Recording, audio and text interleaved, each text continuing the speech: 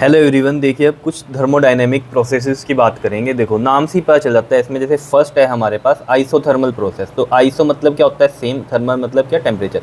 तो same temperature, ठीक है। तो जो आपको पता ही है थर्मोडायनेमिक सिस्टम है, उसके अंदर हम गैस जो होती है उसकी स्टडी करेंगे। प्रेशर, वॉल्यूम, टेम्परेचर क्या चेंज हो रहे हैं उनमें, है ना। तो वो क्या होते हैं? हमारे थर्मोडायनेमिक वेरिएबल्स होते हैं। जैसे कि मैंने आपको बताया था, ये एक क्या है? सिस्टम है, इसमें अंदर क्या है? गैस है, ठीक है। तो इसमें हम क्या स्टडी करेंगे? प्रेशर क्या है, वॉल्यूम क्या है, टेम्परेचर क्या है। थर्मोडायनेमिक वेरिएबल्स की स्टडी होती है थर्मोडायनेमिक सिस्टम में, है ना। वेरियस क्या चेंजेस होते हैं, तो किन किन प्रोसेसेस में क्या हो रहा है। तो जैसे आइसोथर्मल अगर प्रोसेस है तो इसमें कंडीशन क्या हो गई कि टेम्परेचर सेम रहेगा।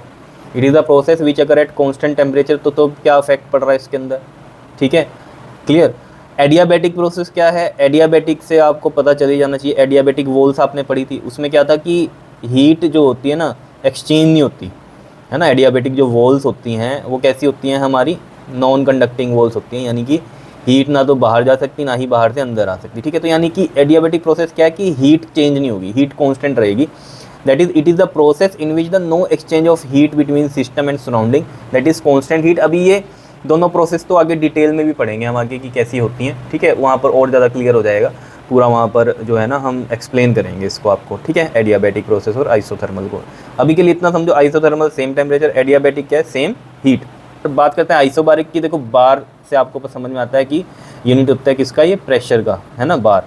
तो isobaric process atmospheric pressure ATM भी होते हैं और बार भी होता है प्रेशर का यूनिट, ठीक है। तो आइसो बार मतलब क्या? सेम बार मतलब सेम प्रेशर। तो जो प्रोसेस अकर होगी उसमें कांस्टेंट प्रेशर होगा। आइसोकोरिक, कोरिक नाम से ही समझ में आ रहा है, कोरिक वॉल्यूम से रिलेटेड है, तो same volume. It is the process which occur at a constant volume. अब बात करते हैं साइक्लिक प्रोसेस की। साइक्लिक प्रोसेस क्या होती है? जिसमें आप इनिशियल स्टेट से चले और वेरियस चेंजेस में गए और दोबारा से वो अपनी इनिशियल स्टेट में आ जाए। जैसे मान लो ये ए स्टेट है, ये बी में गए, फिर सी में गए, फिर डी में गए। ए से बी, बी से सी, सी से डी गई, फिर डी से ए, दोबारा अपनी इनिशियल स्टेट पे आ गई। It is a process in which system returns to its initial state after undergoing a series of changes. समझ में आई? बात करते हैं रिवर्सिबल और इरिवर्सिबल प्रोसेस की। रिवर्सिबल प्रोसेस क्या होती है? जैसे ए से बी में कन्वर्ट हुई कोई चीज़, तो बी से दोबारा ए में कन्वर्ट हो जाए, that is a reversible process. और इरिवर्सिबल प्रोसेस क्या है कि ए से बी में हुई है, अब बी से ए में नहीं हो सकती दोबारा। जैसे कि दूध से दही जम गई, अब दही से दूध नहीं जम सकती दोबारा, तो वो इरिवर्सिबल प्रोसेस है ना। रिवर्सिबल का एग्जाम्पल क्या हो सकता है? जैसे चार्जिंग वाले सेल आते हैं ना, आपने पहले उसको यूज़ कर लिया, फिर उसे चार्जिंग पे लगा दिया, तो दोबारा से वो चार्ज आता है, तो that is a reversible. The process which can be reversed and give back the same parameter in same path is known as reversible process, ठीक है। रिवर्स्ड हो जाती है जो प्रोसेस और गिव बैक सेम पैरामीटर जो मिल जाते हैं हमें, उसे बोलते हैं रिवर्सिबल प्रोसेस। और जो process which is not reverse उसे हम क्या बोलते हैं? इरिवर्सिबल प्रोसेस बोलते हैं। तो ये कुछ प्रोसेसेस थी जिनके बारे में आपको पता होना चाहिए, सिंपल सिंपल सी थी।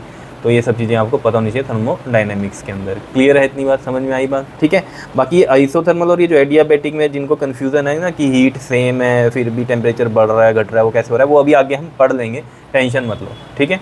ओके जी, थैंक यू।